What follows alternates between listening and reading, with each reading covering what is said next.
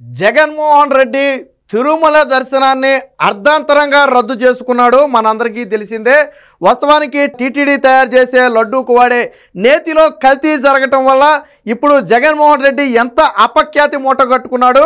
ప్రపంచవ్యాప్తంగా ఉన్న హిందువులందరూ జగన్మోహన్ రెడ్డిని ఏ రకంగా ద్వేషిస్తున్నారనేది అందరికీ తెలిసిన విషయమే.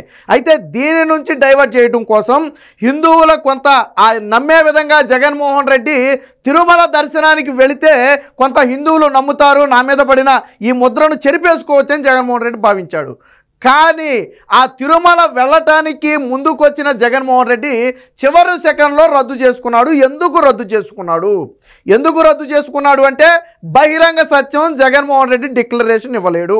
జగన్మోహన్ రెడ్డి అనే వ్యక్తి డిక్లరేషన్ ఇవ్వడానికి ఎట్టి పరిస్థితుల్లో ఒప్పుకోడు. కానీ ఇక్కడ టీటీడీ చాలా బలంగా ఉంది. ఖచ్చితంగా జగన్మోహన్ రెడ్డి డిక్లరేషన్ ఇస్తేనే కొండ మీదకు అనుమతించాలి, లేని ఎడల అడ్డుకోవాలని చెప్పి టీటీడీ అధికారులు ఆ దృఢమైన సంకల్పంతో ఏర్పాట్లు చేయటంతో విషయం తెలుసుకున్నటువంటి జగన్మోహన్ రెడ్డి తానలాగా డిక్లరేషన్ ఇవ్వలేడు.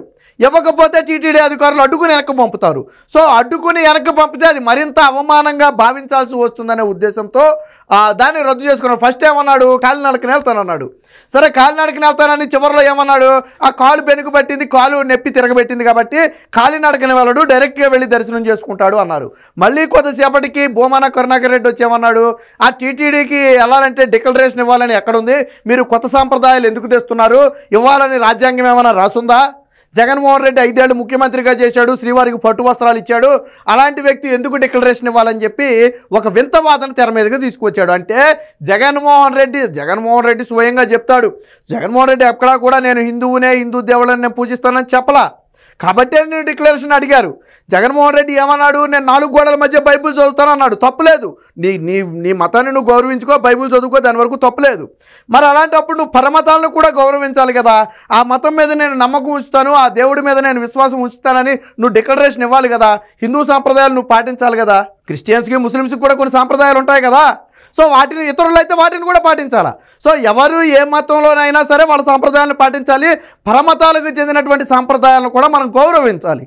మరి జగన్మోహన్ రెడ్డి 4 గోడల మధ్య నేను బైబిల్ చదువుతానని ఆయనే బహిరంగంగా చెప్పాడు. చెప్పిన వ్యక్తి మరి ఎందుకు డిక్లరేషన్ ఇవ్వలేదు? అంటే హిందువుల మనోభావాలంటే సంబంధం లేదా? నిజంగా జగన్మోహన్ రెడ్డికి హిందువులన్నా, హిందూ దేవుళ్ళన్నా ఎంత చులకనంటే వాస్తవానికి రాజకీయంగా లబ్ధి పొందటం కోసమైనా జగన్మోహన్ రెడ్డి డిక్లరేషన్ ఇచ్చి లోనికి వెళ్ళాలి. అప్పుడు కనీసం జగన్మోహన్ రెడ్డిని అభిమానించే హిందువుల్లోనన్నా ఓహో జగన్మోహన్ రెడ్డి ఏ తప్పు చేసి ఉండలే అని అనుకుందరు. ఎప్పుడైతే జగన్మోహన్ రెడ్డి కాలినడకను రద్దు చేసుకుని తిరుమల యాత్ర కూడా రద్దు చేసుకున్నాడో వైసీపీలో ఉన్న హిందువులు కూడా జగన్మోహన్ రెడ్డి అసహించడం మొదలుపెట్టారు. ఓహో వీళ్ళు చెప్పింది నిజమే, తిరుమల లడ్డూలో కల్తీ జరిగే ఉంటుంది, జగన్మోహన్ రెడ్డి క్రిస్టియన్ కాబట్టి ఆ డిక్లరేషన్ ఇవ్వడానికి ఒప్పుకోవటం లేదు అని జగన్మోహన్ రెడ్డి పార్టీలో ఉన్నటువంటి హిందువులు కూడా ఇప్పుడు జగన్మోహన్ రెడ్డిని అసహించుకునే పరిస్థితి. తిరుమలలో కల్తీ జరిగిందా లేదా అనే దానికంటే కూడా జగన్మోహన్ రెడ్డి ఎందుకు డిక్లరేషన్ ఇవ్వడం అనే దాని మీద ఇప్పుడు ఎక్కువ చర్చ నడుస్తుంది. మరి ఎందుకు ఇవ్వలేదు జగన్మోహన్ రెడ్డి డిక్లరేషను? ఈరోజు ఫర్ ఎగ్జాంపుల్ నేను ఒక చిన్న ఉదాహరణ చెప్తా. ఈరోజు సుప్రీంకోర్టుకు చెందినటువంటి చీఫ్ జస్టిస్ చంద్రచూడ్ నిన్న అనుకుంటా తిరుమల వచ్చాడు. ఆయనతో పాటు సెక్యూరిటీ సిబ్బంది వస్తారు, మనకు తెలుసు కదా. ఆయన మొట్టమొదటిసారిగా ఏం చేశాడో తెలుసా, సెక్యూరిటీ సిబ్బందితో అక్కడ డిక్లరేషన్ ఇప్పించాడు. నిన్న సుప్రీంకోర్టు చీఫ్ జస్టిస్గా ఉన్నటువంటి చంద్రచూడ్ వచ్చి ఆ డిక్లరేషన్ ఇప్పించాడు. ఆయన సెక్యూరిటీ సిబ్బందిలో అనేక మతాలకు చెందిన వాళ్ళు ఉండొచ్చు, వాళ్ళతో డిక్లరేషన్ ఇప్పించి లోనికి తీసుకెళ్ళాడు. ఆయన సాంప్రదాయాలను గౌరవించాడు. మరి నువ్వెందుకు గౌరవించవు? సుప్రీంకోర్టు చీఫ్ జస్టిసే ఆ సాంప్రదాయాలను గౌరవిస్తే ఒక రాష్ట్రానికి ముఖ్యమంత్రిగా ఉండి ప్రజలకు ఆదర్శంగా ఉండాల్సిన జగన్మోహన్ రెడ్డి సాంప్రదాయాలను గౌరవించడా? ఎందుకు డిక్లరేషన్ ఇవ్వాలి అని నువ్వు క్వశ్చన్ చేసే నువ్వు ఒక సంతకం పెట్టి లోనికి వెళ్ళడానికి ఏంటి ఇబ్బంది? నువ్వు సంతకం పెట్టు, నేను క్రిస్టియన్ అయినా నేను హిందూ సాంప్రదాయాలను గౌరవిస్తానని చెప్పినట్టు. అంతేగాని నీ మతాన్ని మార్చుకోమని ఎక్కడ మార్చుకోమని చెప్పలేదు కదా. అనేక మంది జమ్మూ కాశ్మీర్ మాజీ ముఖ్యమంత్రి కూడా గతంలో డిక్లరేషన్ పెట్టి లోనికి వెళ్ళాడు. షారుఖ్ ఖాన్ డిక్లరేషన్ పెట్టి లోనికి వెళ్ళాడు. అందరూ మతాలనే మార్చుకోలేదే. అంటే జగన్మోహన్ రెడ్డికి హిందువులన్నా, హిందూ సాంప్రదాయాలన్నా చులకన. కాబట్టే నేతిలో కల్తీ జరుగుతుందని తెలిసి కూడా తక్కువ రేటుకి నేతిని కాంట్రాక్ట్కి ఇచ్చి జగన్మోహన్ రెడ్డి లడ్డూలలో ఈ ఏదైతే జంతు కొవ్వు, పంది కొవ్వు కలిసినటువంటి నేతిని వాడి లడ్డూలు తయారు చేసి అపవిత్రం చేశారో ఒక రకంగా జగన్మోహన్ రెడ్డికి చీమ గుట్టినట్టుగా లేదు. పాపం హిందువులందరూ కూడా ఇదొక పాపం లాంటిది, దీన్ని ఎలా ప్రక్షాళన చేయాలని చెప్పి పాపం చిన్న చిన్న ఊళ్ళలో కూడా ఆ రోజో మన్నాడో గుడి దగ్గరికి వెళ్ళిపోయి అందరూ కొబ్బరికాయలు కొట్టి దీపాలు వెలిగించి క్షమించిన ఆయన జరిగిన పాపాన్ని అని చెప్పి ప్రతి దేవుడి దగ్గర మొక్కుకున్నారు. కానీ జగన్మోహన్ రెడ్డికి చీమ కుట్టినట్టు కూడా లేదు. ఎందుకు లేదంటే ఆయన హిందూ సాంప్రదాయాన్ని గౌరవించడు. అందరూ వెంకటేశ్వర స్వామి గుడికి వెళ్తుంటే ప్రపంచం మొత్తం ఆయన దగ్గరికి వస్తే జగన్మోహన్ రెడ్డి మాత్రం ఆయన్ని తన ఇంట్లో పెట్టుకుంటాడు తీసుకొచ్చి సెట్టేసి. ప్రపంచం మొత్తం ఎక్కడికి వెళ్తుంది? తిరుమల వెళ్తుంది కదా. అంటే వాళ్ళ ఊళ్ళలో గుళ్ళు ఉండవో వాళ్ళ ఇళ్ళలో వాళ్ళు పెట్టుకోలేరా? అయినప్పటికీ కూడా అక్కడికి వెళ్ళి దర్శించుకుంటే ఆ విధానం వేరు, ఆ భాగ్యం వేరు, ఆ ఆనందం వేరు.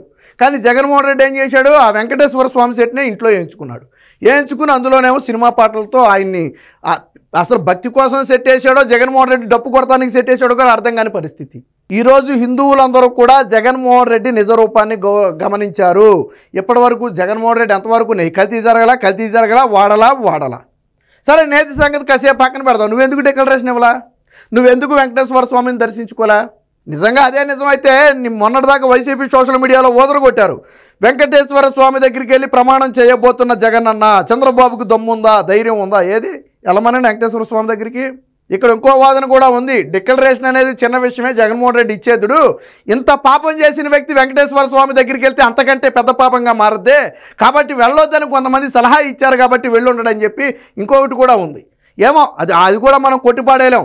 అంత మహాపాపం చేసినటువంటి జగన్మోహన్ రెడ్డి మళ్ళీ దేవుడి దగ్గరికి వెళ్ళి క్షమించమంటే ఊరుకుంటాడా? ఊరుకోడు అనేది కొంతమంది చెప్పుకుంటారు. అందుకే జగన్మోహన్ రెడ్డి తప్పించుకున్నాడు అనేది మరొక వాదన. ఏది ఏమైనా జగన్మోహన్ రెడ్డి హిందూ సాంప్రదాయాన్ని గౌరవించడానికి సిద్ధంగా లేడు. పైగా ఏమంటాడు? పోలీసులు అడ్డుకున్నారంట. జగన్మోహన్ రెడ్డి అనే వ్యక్తికి ఒక్క పోలీసు ఎవరైనా నోటీసులు ఇచ్చారా? వెళ్ళొద్దని ఎవరైనా చెప్పారా? నోటీసులు ఎవరికి ఇచ్చారు? నువ్వు తిరుమల వచ్చిన సందర్భంగా అక్కడికి వచ్చి కొంత రచ్చ చేయడానికి సిద్ధమైనటువంటి వైసీపీ నాయకులకు నోటీసులు ఇచ్చారు. దేవుడి దగ్గరికి రచ్చ చేయడానికి కాదు కదా మీరు వెళ్ళేది, దేవుడి దగ్గరికి భక్తితో కదా. నువ్వు నీ కుటుంబంతో కలిసి వెళ్తే సరిపోద్ది. సరే, అలాగా భారతీరెడ్డి రాదు అనుకో, అది వేరే విషయం. లేదా నువ్వు వెళితే సరిపోద్ది సింగిల్గా. నువ్వు కొండ కిందకు వచ్చిన తర్వాత ఏదైనా చేసుకో, కానీ కొండపైకి మాత్రం నువ్వు ఒకటి వెళ్ళాలా కదా. మరి కొండపైకి నేను మందిని వేసుకెళ్తాను, నేను అక్కడికి వెళ్ళి రచ్చ చేస్తాను అంటే పోలీసులు చూస్తూ ఊరుకుంటారా? దేవుడి దగ్గరికి నువ్వు రాజకీయం చేయడానికి కాదు కదా వెళ్ళేటప్పుడు. అలాంటప్పుడు నీతో ఎందుకు రాజకీయ నాయకులు నాకు అర్థం కావట్లా. నువ్వు సభ పెడతానికి వెళ్తున్నావా, సమావేశానికి వెళ్తున్నావా, మీటింగ్కి వెళ్తున్నావా? కాదు కదా, దేవుడి దర్శనానికి వెళ్తున్నావు. దానికి ఎందుకు నీ వెనకమాల మంది మార్బలం? కావాలంటే వాళ్ళు తర్వాత వెళ్తారు.